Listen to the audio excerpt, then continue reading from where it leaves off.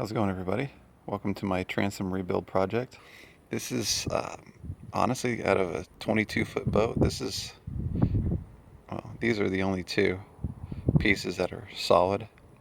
The pieces that I had removed originally from this boat were mostly paper mache, but these are the two solid pieces. And this boat was built 1991. So as you can see here, I'm not sure if this is marine grade plywood or not, but it definitely doesn't have as many plies and cores. I counted only one core on that one. And then this one right here, this is our 3/4 piece. Pulled this from the very front where I guess the amount of water would be limited, but you can see the delamination. Pretty bad shape. In general, this piece right here is as light as a feather. So anyway, one of the important reasons to go with the marine grade plywood. Alright, and you can see here's my template. I made my transom out of $3 in popsicle sticks. They're about a foot long. Used about 3 glue sticks to put it all together. It's actually pretty sturdy. And you can cut each individual glue stick, popsicle stick, pretty easily. So really easy to use to make a transom template. So let's get started with tracing it on. Alright, make sure you took your time drawing this one out, because this plywood is about $100 a sheet versus your Home Depot wood. I hate to see you waste this whole sheet because you didn't measure correctly. But anyway, it is off a template, so not really too much to measure per se. So anyway, let's get ready to cut. You're cutting, you're going to notice your work is going to start sagging a little bit. Get your little clamp, hook it up like that, and it'll keep your work straight. There ain't a jigsaw blade in the world that can make a perpendicular turn like that, so when you get to it, get you a 3/8 spade.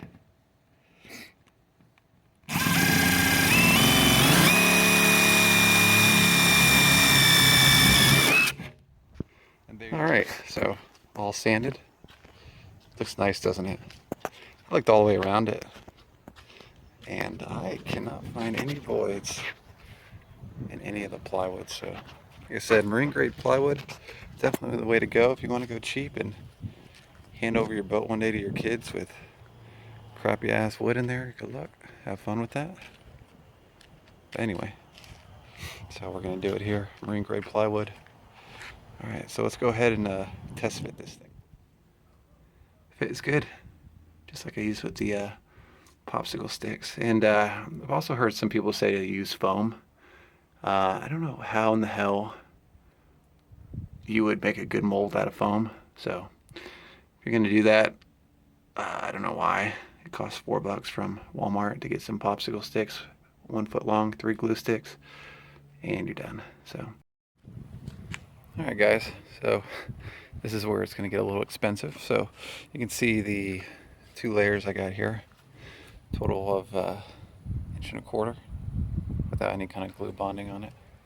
So this is what the transom looked like originally.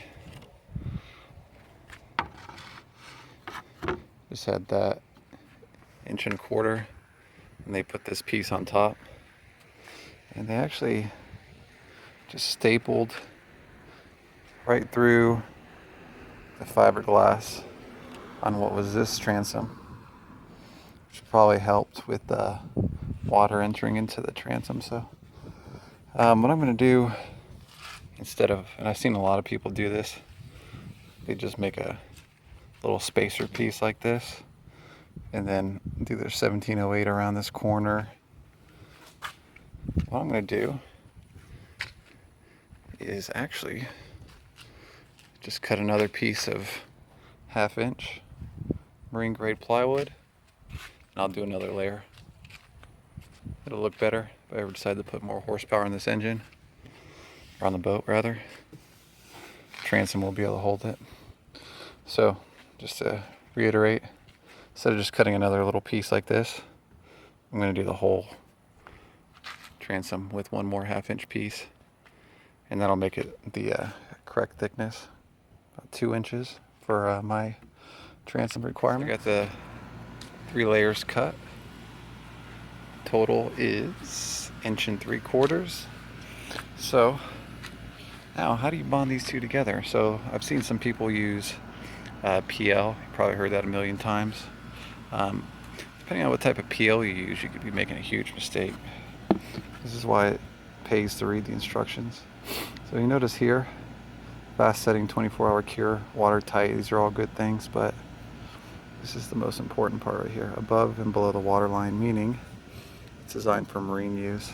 There's a type of PL that you can buy. Read the instructions on the back. You'll see it's not made for water submersion. So just in case your transom ever did get full of water, at least it has the ability to dry out and not compromise the adhesive layers in between each individual piece of plywood. So think about it. Stuff here at Home Depot, you can get it there for about 12 bucks.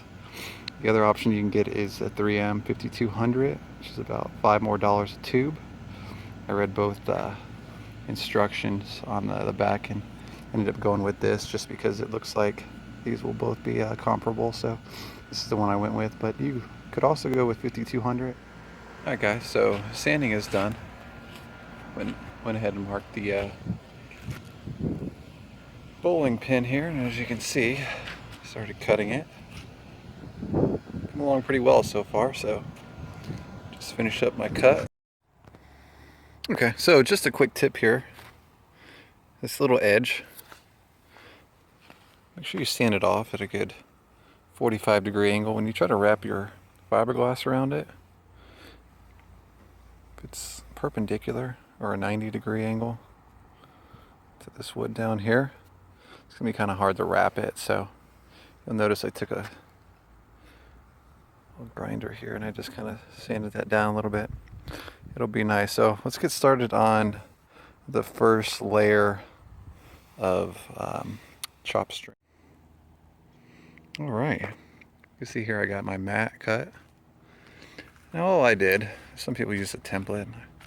I just took the 50-inch sheet, put a clamp on that side, clamp on the other, and just cut around it.